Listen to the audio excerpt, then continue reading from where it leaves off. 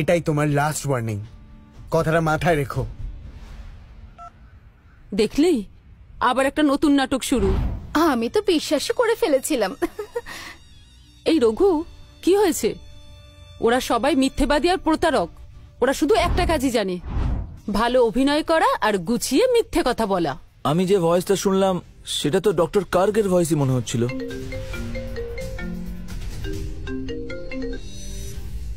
Hello, এই রঘু, পাগল ছেলে কোথাকার, আমি তোর কত বড় উপকার করেছি দেখিসনি? আর তুই কিনা আমাকেই ফাঁসিয়ে দিলি। ফোন রাখ। সব শেষ হয়ে গেল, কি করি? কি হয়েছে রঘু? ডক্টর কার্গ আমাকে বের করে দিয়েছেন। কি বলছিস এসব?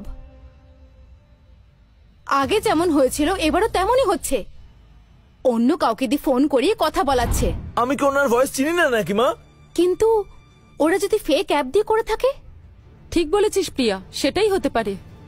টেকনোলজি এখন অনেক উন্নত হয়েছে, ভিডিওতে মুখ পর্যন্ত বদলে দিচ্ছে, আর গলার ভয়েস বদলাতে পারবে না। কথাটা ঠিকই বলেছো।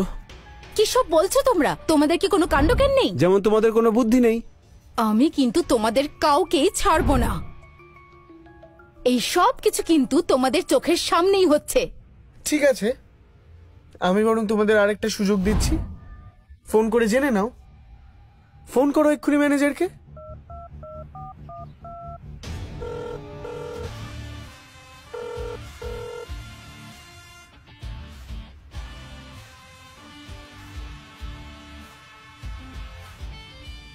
মা, আমার সব শেষ হয়ে গেল। আমি স্যামুয়েলকে ফোন করেছিলাম, ম্যানেজার ফোন ধরে বলছে যে ওকে নাকি গ্রেপ্তার করা হয়েছে। কি কি বলছিস? ও মাগো, এসব কি বলছিস তুই? আমার সাথে তো এইচআর ডিপার্টমেন্টের ম্যানেজারের কথা হলো। এই, কি ক্ষতি করেছিস আমার মেয়ের? আমি কিছু করিনি। তোমার মেয়ে তার মেন্টরের সাথে মিলে যা যা করেছে আমি শুধু সেটাই বলেছি। আরেকটা কথা বললে তোকে খুন করে ফেলবো। কি করব আমি? এবার সব শেষ হয়ে গেল। সত্যি সব শেষ হয়ে গেল। কি হলো এসব? এই কোথায় যাচ্ছ তোমরা? এখানে দাঁড়াও। ভেতরে আয়। আমার দাদা শিবকে কে বিরক্ত করেছে? প্রথমে ওদেরকে বাইরে বার করে দাও। আয় তোরা। আমিও প্রথম থেকে লক্ষ্য করছি, তোরা সবাই কি একই টিমে আছিস নাকি? ওরা কিছুক্ষণ খেলা করবে তাই ছেড়ে দিয়েছিলাম। এবার আমার সময়। ওয়াও, তুমি কি আমাকে বলবে? এত কথা বলছো। তুই জানিস আমার ছেলে বিদেশ থেকে পড়াশোনা করে এসেছে, এখানে এসে স্কাই কর্পের সঙ্গে ব্যবসা শুরু করতে চলেছে। এখন ওর অবস্থা দেখার মতো। স্কাই কর্পের সম্পর্কে তো তোরা শুনিসনি। এই শহরের সবচেয়ে বড় কোম্পানি। হ্যাঁ, তোদের মতন ভিখারি ছেলে মেয়েরা এসব কি করে বুঝবে? তোরা এসব কি করে জানবি? স্কাই কর্পের ম্যানেজার, ওর সঙ্গে খুব ঘনিষ্ঠ সম্পর্ক। তোদেরকে ও 1 মিনিটে শেষ করে দিতে পারে, তাই সাবধানে থাকিস। মা, তুমি আবার ওদেরকে কি এক্সপ্লেন করতে যাচ্ছ? তোর কথা শুনে মনে হচ্ছে যেন মিলার তোর সব কথা শুনবে। ও,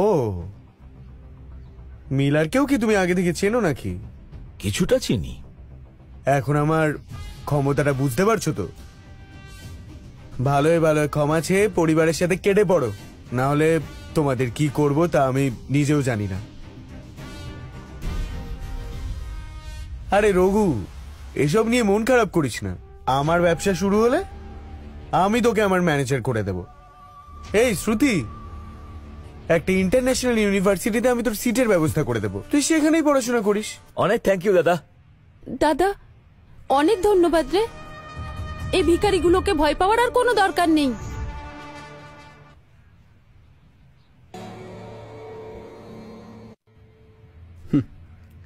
আচ্ছা মিসেস শিবা, কেন জানি না আমার মনে হচ্ছে তোমার বিজনেস শুরুই হবে না। কি বলছিস এসব? আমার বাবার সাথে ঝামেলা করার পরেও আমি কি তোর প্রজেক্ট অ্যাপ্রুভ করব? কি বললি? আরেকটা নাটক শুরু করেছে দেখো। এবার কি গল্প বলবে ওরা কে জানে। শিবা, তুই ওদের একদম পাত্তা দিস না। রাঘব বলছে এই রেভান্তই নাকি স্কাই কর্পের সিইও। আর এই মূর্তিটা নাকি ও দিয়েছে। এই গিফটটা মিলারের কাছ থেকে এসেছে।